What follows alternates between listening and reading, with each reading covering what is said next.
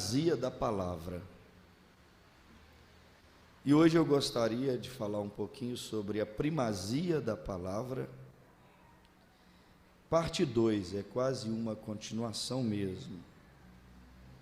Quando eu digo assim, a primazia da palavra, talvez alguém não saiba assim o que significa a palavra primazia, mas quando eu falo a primazia da palavra, eu estou me referindo que a palavra, ela tem que ter prioridade. Eu estou dizendo que ela tem que ter, vamos dizer assim, um lugar especial, ela deve ser e ter preferência em nossas vidas. Uma vida que a palavra não tem um lugar de destaque nela, é uma vida fadada ao fracasso, à derrota, porque será uma vida que não está sendo edificada sobre a rocha. Foi Jesus quem pregou isso. Mateus 7, verso 13, se eu não estou equivocado, ou verso 18 em diante, ele diz: o homem insensato assemelhá-lo-ei àquele que ouviu, ou seja, aquele que ouve as minhas palavras e as pratica, eu assemelhá-lo-ei ao homem sensato, que construiu a sua casa sobre a rocha.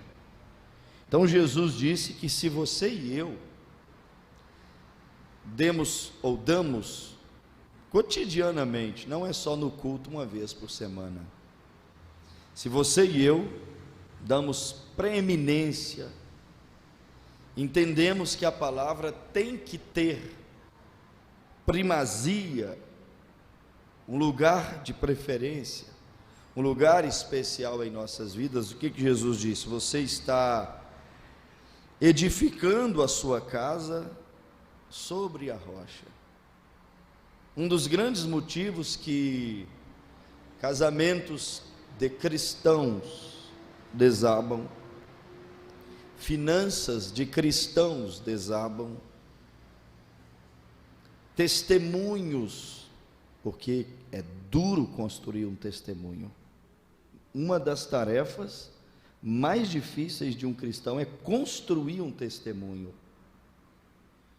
Mas muitas vezes, depois de construir um testemunho, construir um castelo, logo você vê ele em algum lugar como um monte de ruínas desabado.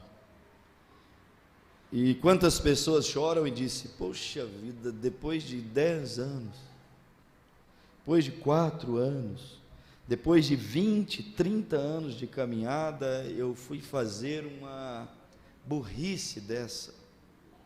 Castelos que desabam, testemunhos que desabam, casas, você vai aplicando aí, que vão desabando, e Jesus disse assim: desabou porque não tinha alicerce, desabou porque essa casa não estava sendo construída sobre um lugar seguro, que é a palavra.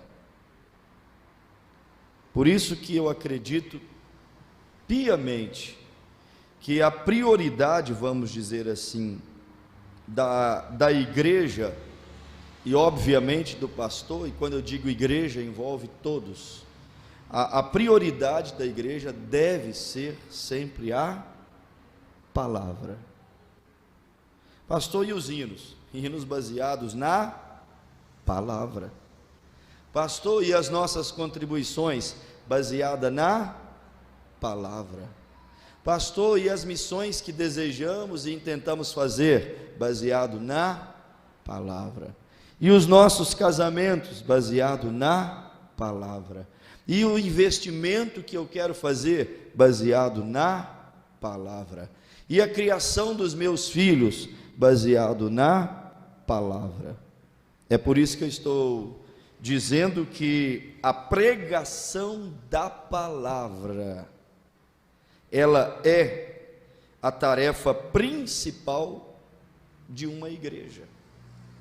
Quando digo uma igreja, estamos todos dentro disso, desde o pastor até o último, até o que está lá na porta cuidando da entrada, vigiando os carros, está dentro disso. A pregação da palavra é a missão, é a tarefa primordial da igreja. As demais coisas, elas podem ser importantes?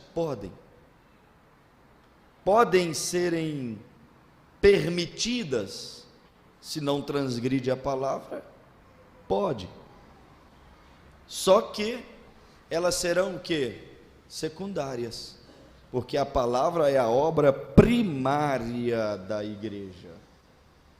Primária da igreja, ou seja, é aquilo que Deus, é o método que Deus escolheu para edificar, para salvar, para transformar, para estruturar uma pessoa para suportar os vendavais, suportar as tempestades, suportar os tsunamis, que muitas vezes a igreja, na sua vida diária, no seu cotidiano, no seu particular, ela vive. Então Deus, Ele escolheu a sua palavra para poder dar essa estrutura, dar essa firmeza ao cristão. E todas as outras coisas diante da palavra, elas vão se tornar o quê? Secundárias, que significa coisas que vêm depois, vêm em segundo plano, porque a palavra tem que ter o quê? Qual a expressão que eu usei? Alguém se lembra? Tem que ter primazia, preferência, lugar digno, de honra, de destaque. A palavra tem que ter um lugar aonde ela possa ser sempre observada e honrada. Vou te dar um pequeno exemplo. O sacerdote no Velho Testamento era a figura mais observada que havia na lei. E esse sacerdote tinha uma roupa que ele não podia ministrar se ele não estivesse com ela. E nessa roupa, irmãos, ele recebia um peitoral, um colete que ele vestia. E nesse colete tinha 12 pedras, cada pedra de uma cor. E nessas pedras o nome de cada tribo, representando uma tribo que originou de Jacó, os 12 filhos de Jacó. E no ombro desse sacerdote havia 2 engastes, aonde tinha 2 grandes pedras, que eram chamadas de Urim e Tumim. E o profeta irmão Branham disse assim, aquelas 2 pedras zodiacais apontavam para quê? A palavra. E quando alguém, olha para vocês verem, quando alguém se levantava no meio do arraial, ou em alguma tribo, irmão Cleito, olha como é fino as coisas de Deus. Por isso que o mundo vive em um estado babilônico, ou seja, em uma verdadeira torre de Babel, em uma verdadeira confusão religiosa.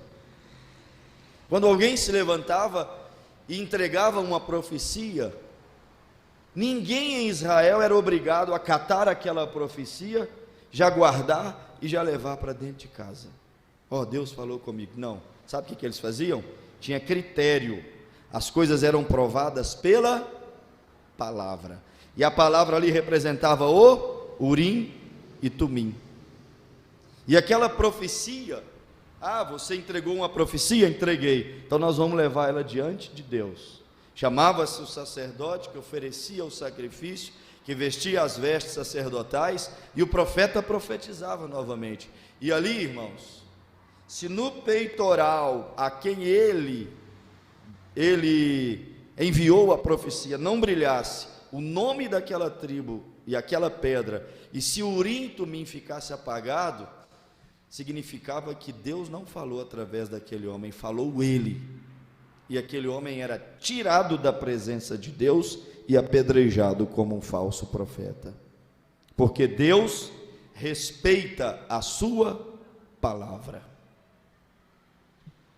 Era fino a maneira como Deus trabalhava. E o irmão Brando disse assim: não temos hoje aqui essas duas pedras, o Urim e Tumim, para dizer se é ou não a palavra, mas nós temos o Velho e o Novo Testamento, nós temos a Bíblia e a mensagem de um precursor, de um profeta que Deus nos deu.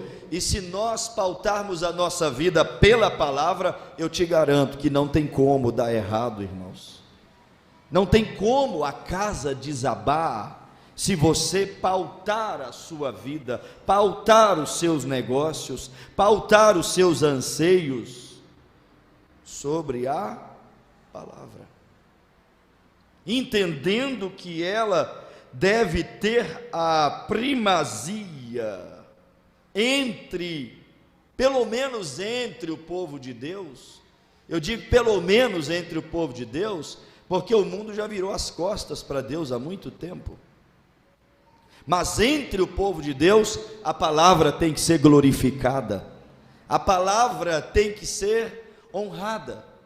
Por quê, pastor? Porque somente ela pode revelar e tratar a maior necessidade do ser humano aqui nessa terra. Eu vou repetir: somente a palavra pode revelar e tratar,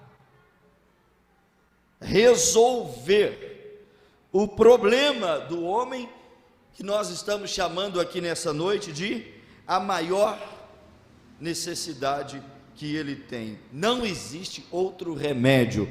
O remédio que cura é a palavra. Você pode glorificá-la nessa noite? Você acha que ela merece ser aclamada e exaltada nessa noite? Não estou dizendo para você aclamar e exaltar um homem, mas estou te dizendo para exaltar, aclamar, louvar a palavra que se fez carne e habitou entre nós e até hoje está cuidando da sua igreja nessa terra. Somente ela pode tratar a maior necessidade do homem. Por que somente ela? Porque ela trata a causa. Vou repetir: ela trata a causa, ela vai na raiz. Outros métodos usados por pseudos profetas e pregadores não tratarão a causa e não quererão, desejarão mexer na raiz, porque tratar causa e mexer na raiz pode causar dores, e se tem uma coisa que falsos profetas não gostam, é de causar dores e desconforto.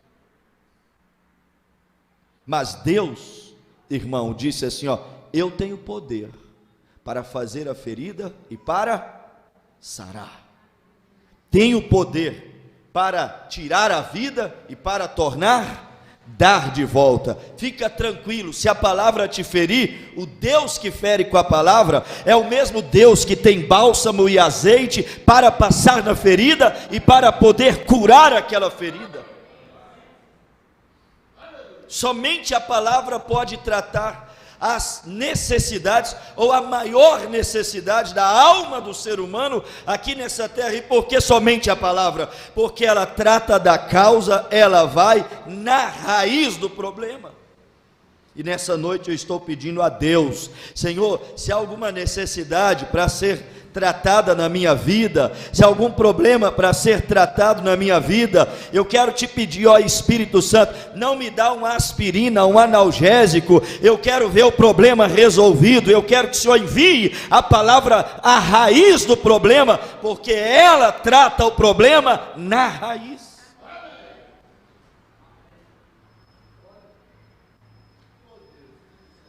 Ela vai, sabe aonde? Lá na fonte.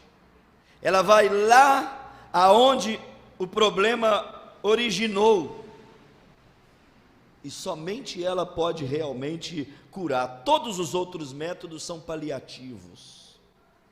Paliativos, irmão, é uma bobagem, sabe? Cada um tem a sua fé, né?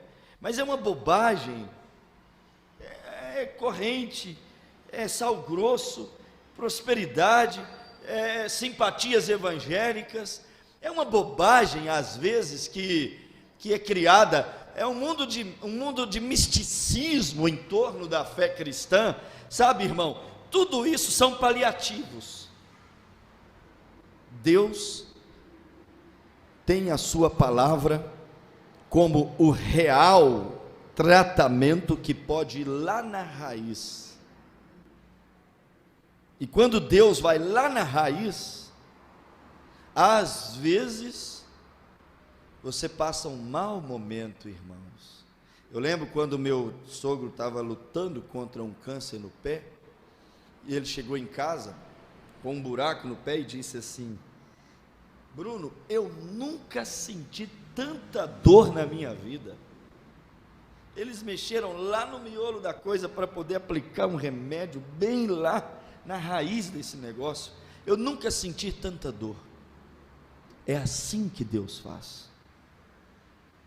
Muitas vezes Ele aplica o remédio, que não é uma quimioterapia na veia, ou uma radioterapia, ou um exame com contraste, onde precisa de aplicar alguma coisa ali na veia. Não, irmãos, Ele vai lá e aplica a palavra na raiz daquele problema. Por isso que eu vou dizer para você uma coisa: se nessa noite Deus te der essa injeção da palavra e aplicá-la lá na raiz do problema, ele vai murchar, ele vai morrer, e você sairá liberto daqui nessa noite, em nome de Jesus Cristo.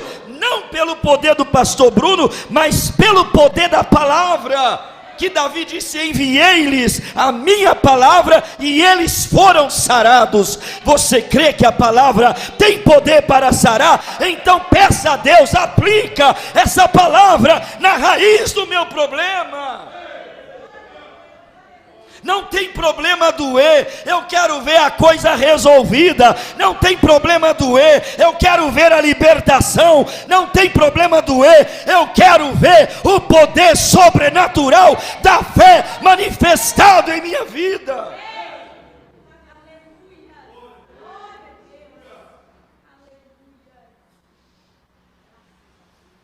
Ela é o real, ela é o real.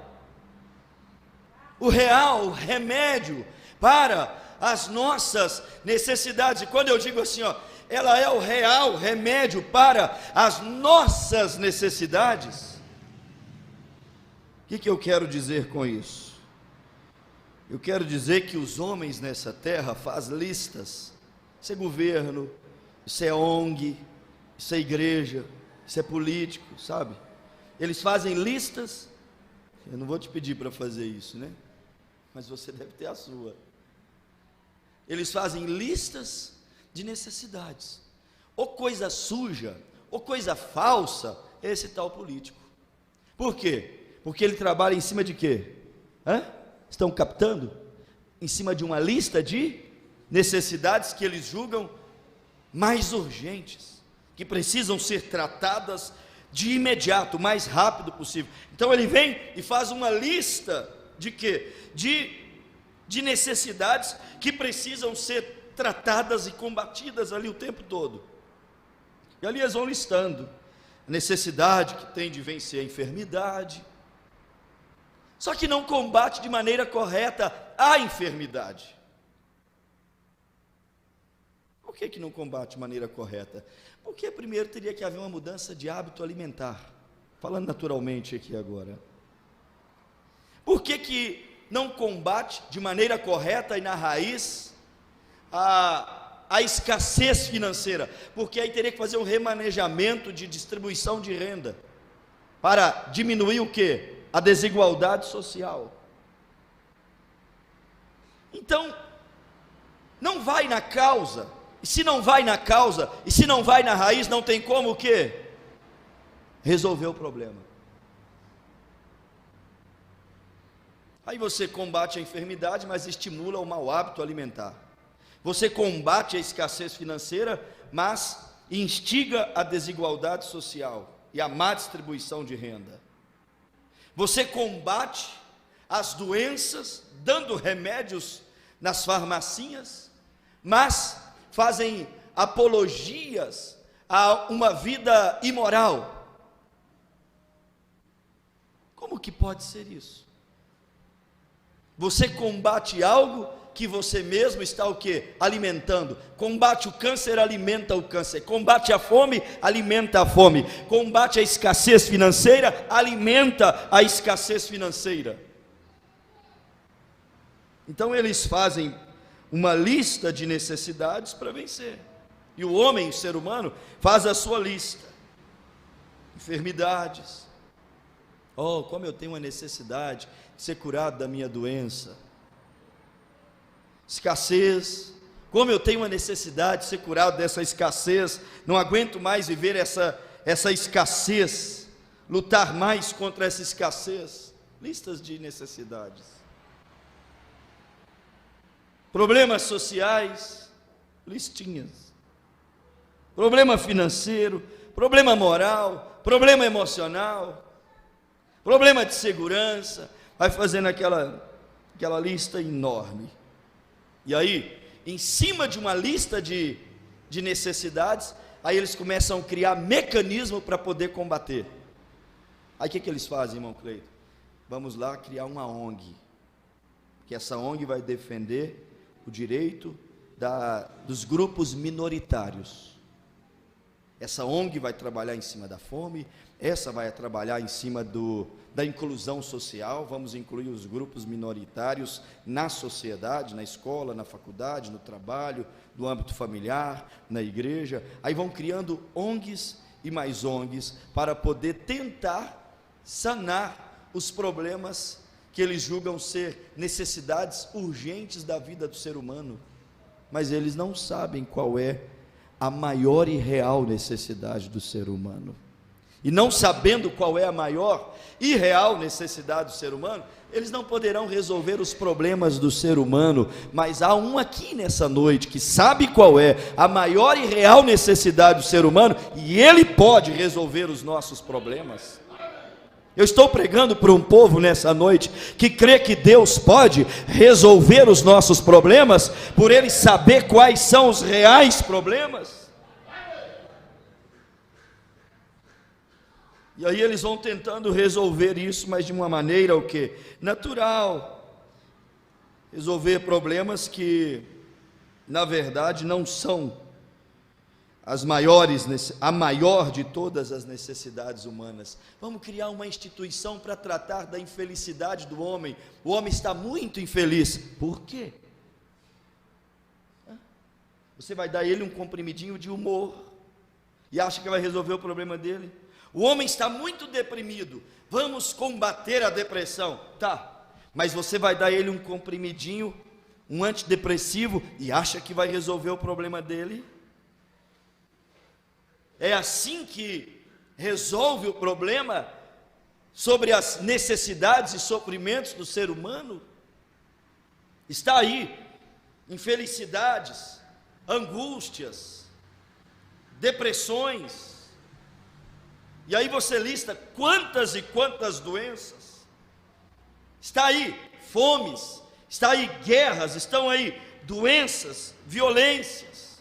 E eles dizem, vamos resolver esse problema. No meu governo isso vai ser resolvido. Não vai não, isso não é assunto de governo.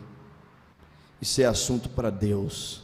E se você colocar de fato na mão de Deus, você vai ver que o que Davi disse faz muito sentido. Mais vale um dia nos seus átrios do que 1000 outros dias em qualquer lugar dessa terra. Mais vale um dia nos teus átrios do que anos e anos lá em Brasília lutando por direitos. Mais vale um dia na sua presença do que meses e anos dentro de uma clínica de tratamento. Por quê? Porque um dia na presença de Deus, Deus pode estalar o seu dedo, Deus pode enviar a sua palavra e aquilo ser resolvido. E eu estou crendo, irmãos, não sei como, não sei de que maneira, mas eu estou crendo que Deus vai fazer acontecer, eu estou crendo que Deus vai trazer a existência, não sei de que jeito, mas a minha fé está atada na palavra. Põe a palavra em primeiro lugar, a palavra trará a existência, a palavra resolverá o problema, a palavra será o absoluto dessa igreja.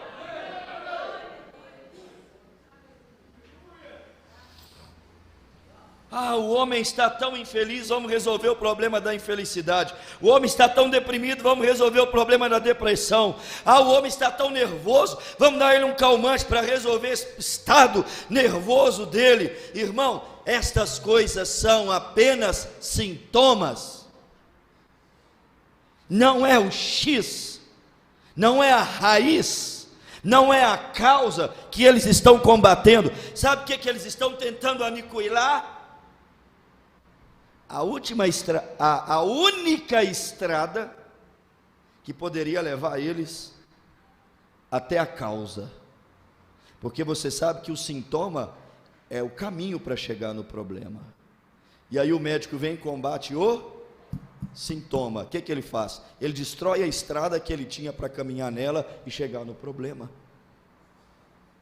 Você sabe, às vezes chega uma pessoa, eu estava no hospital um dia, e ali chegou uma menina, e ela estava se contorcendo de dor. Aí deram ela um analgésico, a dor não passou, e ela contorcia, e chorava, e gritava. Aí veio o médico e falou assim: vamos dar nela uma morfina. Irmão, quando eu vi aquilo, sabe o que eu fiquei pensando comigo? Talvez não seja juridicamente, mas seja no sentido natural. Eu pensei assim: este é um ato criminoso. Por que eu diria que aquele era um ato criminoso, Cleito? Sabe por quê? Porque aquela dor que ela estava sentindo era a estrada que o médico tinha que pegar para chegar aonde? No problema. Não importa se tem que fazer tomografia, não importa se tem que fazer raio-x, não importa se tem que fazer uma ressonância magnética, não importa se tem que fazer 10, 15 tipos de exames de sangue, mas aquela dor que fazia ela se contorcer, era o caminho que ele tinha que trilhar até chegar na raiz. Mas ele, pelo seu sentimento de não querer ver uma pessoa se contorcendo de dor, morfina nela, e a morfina vai dar a ela o quê? Uma falsa sensação de que tudo está bem. Ela toma a morfina, vira para o doutor e fala assim: ô doutor, muito obrigado, o senhor resolveu o problema da minha dor. Pega e vai embora para casa, porque tomou uma morfina sem dor, pensando que está tudo bem, mas não resolveu o seu problema. O médico a enganou, o médico fez ela pensar que ela está bem, mas o problema dela não foi resolvido, porque o médico não foi na raiz, o médico não investigou a causa daquela dor que fazia ela se contorcer. Porque se ele fosse investigar, ela teria que se contorcer um pouco mais, ela teria que chorar um pouco mais, sentir um pouco mais de dor. E sabe o que eu quero dizer com isso? Estes são os tipos de pregadores que nós temos hoje, que os pacientes chegam na igreja, às vezes se contorcendo de dor, e ao invés do pregador, ao invés daquilo que chamamos de apacentadores de alma, irem atrás da causa da dor, irem até a raiz do problema, o que eles fazem? Morfina neles. E aí eles tomam morfina e não se arrependem dos seus pecados, tomam morfina e não fazem exame de consciência, tomam morfina e não fazem uma avaliação do seu testemunho, tomam morfina e não pesam na balança se estão entristecendo a Deus, atropelando a palavra em algum lugar da sua vida. E então, quando o culto termina, a multidão tem aquela sensação assim, tudo está bem, mas não está bem. Por quê? Porque ela não foi sondada. E Davi disse: Senhor, sonda-me, Senhor, e vê se há em mim algum caminho tortuoso, Senhor. Sonda-me os meus rins, sonda-me o interior, não me deixe enganado comigo mesmo. Eu não quero tomar uma morfinazinha na igreja e voltar para casa enganado. Eu quero ouvir a palavra, independente se ela me fira ou não, independente se eu tenha que contorcer de dor. Eu quero ouvir a palavra, mas quando a minha jornada aqui terminar, eu veja o céu se abrindo e a eternidade me esperando, não a porta do inferno aberta a me chamar.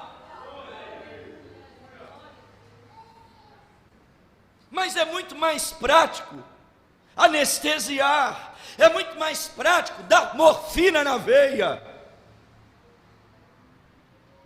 mas é criminoso isso. Aqui ó, não falar a verdade para as pessoas, no sentido que nós estamos colocando aqui agora, é um crime. Por quê? Porque você vai desvirtuar a pessoa da causa. Seria como aqui, ó, sabe o que são as nossas denominações? Por que você acha que eu falei de ONGs ali atrás agora há pouco? Elas não passam, Cleito, de ONGs, sabe? Gabinetezinhos, ONGs governamentais e não governamentais, instituições filantrópicas para combater ou suprir uma eventual necessidade, mas não resolver o problema, só dá um paliativo. Mas nessa noite você não entrou dentro de uma ONG espiritual, você não entrou aqui dentro de um plenário político, você não entrou aqui dentro de um hospital onde tem um médico criminoso que vai te dar uma morfina para você não se enxergar, não se examinar. Nessa noite você está, pela graça de Deus e sua compaixão, assentado em lugares celestiais, ouvindo a palavra de Deus, que não vai te deixar enganado sob circunstância alguma.